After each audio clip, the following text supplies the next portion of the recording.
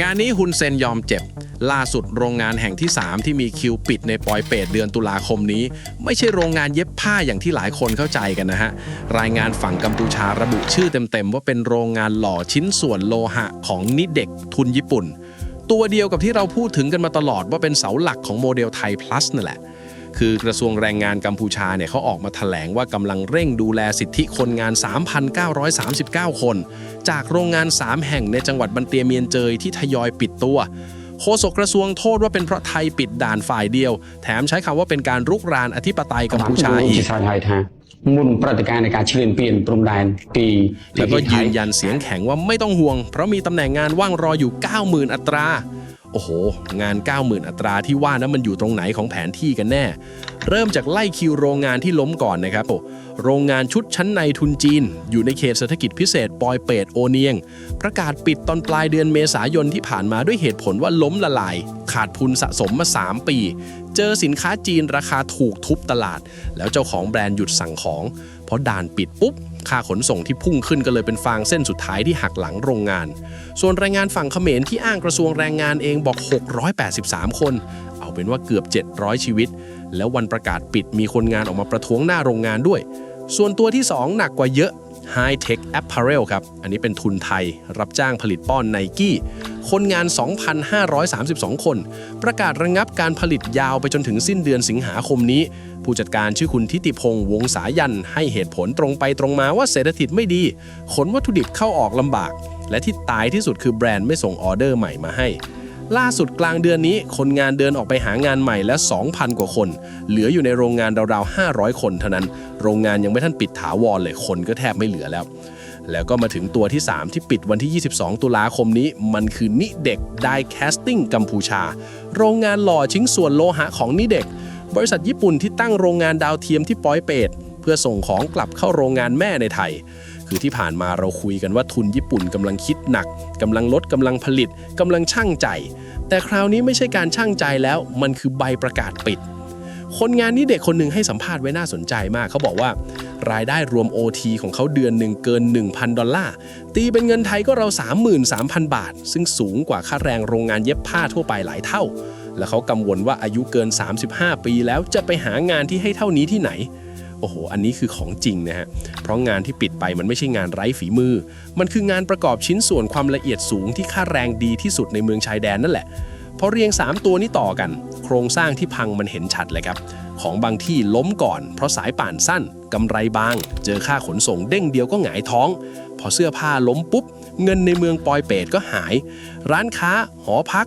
รถรับส่งซบไปตามกันแล้วโรงงานชิ้นส่วนขนาดกลางเล็กที่ต้องพึ่งของจากฝั่งไทยก็อยู่ไม่ได้ตามสุดท้ายถึงคิวโรงงานญี่ปุ่นตัวใหญ่ซึ่งเป็นคนสุดท้ายที่ยอมแพ้เพราะเขามีเงินทนได้นานที่สุดเขตเศรษฐกิจพิเศษปอยเปตทั้ง3โซนรวมกันมีโรงงานอยู่ราว17แห่งจ้างงานราว 7,500 คนหายไปทีเดียว 4,000 คุณผู้ชมลองคิดดูว่าเหลืออะไรข้ามมาที่คำถามว่าทำไมโฆษกกระทรวงแรงงานถึงเลือกพูดคำว่ารุกรานอธิปไตยแทนที่จะพูดว่าขอเปิดโต๊ะคุยเรื่องโลจิสติกคือมันต้องดูภาพใหญ่ของพนมเปญตอนนี้ก่อนปีที่แล้วเดือนตุลาคมสหรัฐกับอังกฤษประกาศคว่ำบาตรกลุ่ม Prince Group และตัวประธานคือเฉินจื้อซึ่งเป็นที่ปรึกษาระดับสูงของผู้นำกัมพูชาข้อหาเป็นเครือข่ายหลอกลวงออนไลน์และค้ามนุษย์กระทรวงการคลังสหรัฐใช้คำว่าองค์กรอาชญากรรมข้ามชาติเลยตามด้วยเกาหลีใต้คว่ำบาตรของตัวเองแล้วกัมพูชายังถูกสหรัฐขึ้นบัญชีเรื่องค้ามนุษย์อีกเงินโอนกลับบ้านจากแรงงานก็ร่วงปีที่แล้วเหลือ 2,100 ล้านดอลลาร์ลดไปเกือบ1 ใน 4เฉพาะเงินที่โอนมาจากไทยหายไปเกือบ 30%รัฐบาลที่โดนถล่มพร้อมกันหลายด้านขณะนี้ต้องการอะไรมากที่สุดฮะบอกเลยต้องการศัตรูภายนอกอย่างวัฒกรรมรุกรานอธิปไตยเนี่ยมันแปลงเรื่องโรงงานหนีเพราะขนของไม่ได้ให้กลายเป็นเราถูกรังแกได้ในประโยคเดียวคนตกงาน 4,000 คนก็เลยไม่ใช่ความล้มเหลวของนโยบายแต่กลายเป็นผู้เสียสละเพื่อชาติไปผมมองว่ามันได้ผลในระยะสั้นแหละแต่ราคาที่จ่ายคือความเชื่อมั่นซึ่งของแบบนี้พอหายแล้วเรียกกลับยากมากอีกอย่างกระแสแบรนด์สินค้าของฝั่งโน้นเขาพุ่งเป้าไปที่แบรนด์ไทยเป็นหลักปั๊มน้ำมันร้านกาแฟร้านสะดวกซื้อโดนกันทั่วหน้าแต่กับทุนญี่ปุ่นเนี่ยรัฐบาลพนมเปญกลับเดินอีกทางเลยคือประคบประหงมสุดฤทธิ์ขนาดตัวฮุนเซนเองยังออกมาเตือนคนของตัวเองว่าอย่าไปแบนบริษัทที่ไม่ใช่ของไทยเดี๋ยวจะติดกับดักศัตรูแล้วยังยอมรับด้วยว่าเรื่องชายแดนที่บานปลายเนี่ยเป็นความผิดของตัวเองไม่ใช่ของลูกชาย ทีนี้มาดูเรื่องต้นทุนที่กัดกินกำไรจนติดลบ อันนี้สมัยก่อนของจากโรงงานปอยเปตวิ่งรถบรรทุกข้ามด่านถึงโรงงานฝั่งไทยภายใน 1-2 ชั่วโมง ระยะทางรวมราว 500 กิโลเมตร พอด่านปิดเส้นทางยืดออกไปสูงสุดถึง 1,500 กิโลเมตร ต้องอ้อมลงท่าเรือน้ำลึกสีหนุวิวแล้วย้อนเรือกลับมาแหลมฉบัง หรือไม่ก็อ้อมผ่านลาว บางล็อตที่ส่งไม่ทันต้องยัดขึ้นเครื่องบิน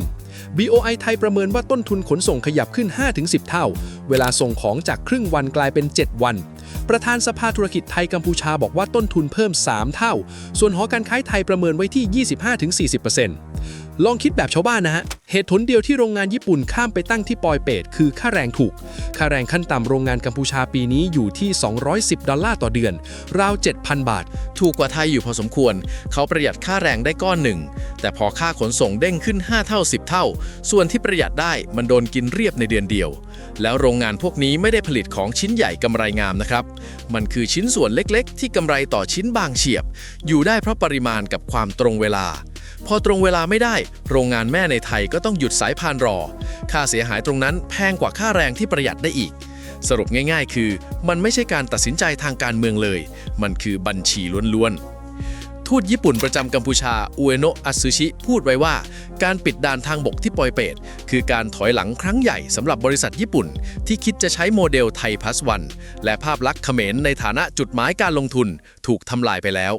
แต่เดี๋ยวก่อนอย่าเพิ่งเหมารวมว่าญี่ปุ่นจะเก็บกระเป๋าออกจากกัมพูชาทั้งหมดเพราะปรากฏว่าปลายเดือนกรกฎาคม CEO ของมินิเบมิซูมิบินไปพบทั้งฮุนมาเน็ตและฮุนเซนที่พนมเปญยืนยันเดินหน้าโรงงานใหม่ที่จังหวัดโพสัตพร้อมโรงไฟฟ้าแสงอาทิตย์จ้างงานเป็นหมื่นคนแถมบอกด้วยว่าการปิดด่านกระทบการขนส่งบ้างแต่ไม่กระทบการดำเนินงานของบริษัทส่วนยาสกิก็เตรียมขยายโรงงานสายไฟรถยนต์ที่เกาะกงเห็นไหมฮะคุณผู้ชมทุนญี่ปุ่นไม่ได้หนีออกจากกัมพูชาแต่เขาหนีออกจากชายแดนย้ายลึกเข้าไปในประเทศไปอยู่ใกล้ท่าเรือให้ไกลจากด่านที่เอาแน่เอานอนไม่ได้ปอยเปตต่างหากที่เป็นฝ่ายถูกทิ้งแล้วตัวเลขสวยๆที่กระทรวงแรงงานยกมาปลอบใจเหรอครับเขาบอกว่าปีที่แล้วเปิดโรงงานและสถานประกอบการใหม่ราว 2,000 แห่งครึ่งปีนี้เพิ่มอีก845แห่งสร้างงานใหม่ 120,000 อัตราและตอนนี้มีตำแหน่งว่าง 90,000 อัตราฟังดูเหลือเฟือใช่ไหมฮะแต่จุดลวงตามันอยู่ที่คำว่าอยู่ที่ไหนครับดูจากปลายทางของคนงานจริงๆก็รู้แล้วอดีตตัวแทนคนงาน ML บอกว่าเพื่อนร่วมงาน 70-80% ได้งานใหม่แล้วแต่ได้ที่ไหนครับกำปงสปือกำปงชะนังและพนมเปญส่วนคนงานไฮเทคก็ทยอยย้ายไปกันดารกับพนมเปญเหมือนกันทั้งหมดนี้อยู่โซนกลางประเทศห่างจากบันเตียเมียนเจยหลายร้อยกิโลเมตรแปลว่างานว่างมีจริงแต่มันไม่ได้อยู่ที่บ้านคุณคนงานต้องทิ้งบ้านทิ้งพ่อแม่แก่ๆย้ายโรงเรียนลูกไปเช่าห้องเริ่มต้นใหม่ในเมืองที่ค่าครองชีพแพงกว่าอันนี้ยังไม่นับว่าตำแหน่งว่าง 70,000 จะ 90,000 เป็นงานเย็บผ้าแล้วคนที่หล่อชิ้นส่วนโลหะมา10 ปีจะเอาฝีมือไปวางตรงไหนส่วนข้อเสนอฝึกทักษะอาชีพฟรีเนี่ยผมไม่ได้บอกว่าไม่ดีนะครับดีกว่าไม่ทำแต่ถามจริงๆเถอะฮะคนที่เพิ่งตกงานมีลูกต้องเลี้ยงมีค่าเช่าห้องต้องจ่ายทุกสิ้นเดือนเขามีเวลากี่วันให้ไปนั่งเรียนทักษะใหม่ก่อนที่เงินชดเชยก้อนสุดท้ายจะหมดมาถึงฝั่งบ้านเราบ้างหลายคนเชียร์ว่าของหนีจากปอยเปตจะไหลกลับเข้ามาเป็นเงินเป็นทองที่สระแก้วและ EEC BOI เปิดสิทธิประโยชน์ภาษีชุดใหม่รับการย้ายฐานตั้งแต่ต้นปีใครจะย้ายต้องยื่นแผนภายในสิ้นปีนี้แต่เลขาธิการ BOI คุณนาริศเทียนเสถียรสุขดีพูดไว้ตรงๆว่าที่ย้ายกลับเข้าไทยจริงมีน้อยเพราะโรงงานพวกนี้ใช้แรงงานจำนวนมากย้ายเข้ามาแล้วค่าแรงไทยแบกไม่ไหวและที่แสบกว่านั้นคือตัวนิคมอุตสาหกรรมสระแก้วเองเนี่ยปีที่แล้วมีอัตราการใช้พื้นที่แค่ 7.7% นิคมที่เราหวังว่าจะเป็นตัวรับของกลับเป็นนิคมที่คนไม่กล้าเข้าเพราะนั่นติดชายแดนที่ยังยิงกันอยู่นั่นแหละพูดง่ายๆก็คือตราบใดที่ยังไม่มีความสงบเป็นหลักประกันทั้งสองฝั่งชายแดนก็แพ้ด้วยกันทั้งคู่ของที่ควรจะข้ามด่านวันละหลายร้อยคันทุกวันนี้เป็นศูนย์การค้าชายแดนไทยกัมพูชาเดือนกุมภาพันธ์ปีนี้ตัวเลขลงไปแตะ0 บาทมาแล้วคนที่ได้ประโยชน์เต็มๆกลายเป็นเวียดนามกับอินโดนีเซียที่รับออเดอร์ไปกินสบายๆโดยไม่ต้องออกแรงเลยส่วนฝั่งพนมเปญท่าทีล่าสุดคือยังเดินเกมกดดันผ่านเวทีระหว่างประเทศต้นเดือนสิงหาคมที่ผ่านมามีการเตรียมยื่นหนังสือต่อสหประชาชาติอีกฉบับขณะที่นายกอนุทินยืนยันเงื่อนไขเดิมต้องถอนอาวุธหนักเก็บกู้ทุนระเบิดปราบแก๊งหลอกลวงออนไลน์และจัดการพื้นที่ชายแดนให้เรียบร้อยก่อนด่านถึงจะเปิด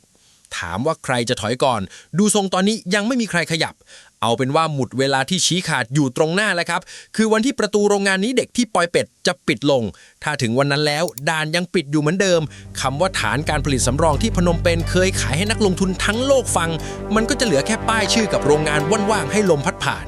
แล้วคำว่ารุกรานอธิปไตยที่พูดกันจนติดปากก็จะไม่มีใครในห้องประชุมนักลงทุนที่ไหนสนใจฟังอีกเลย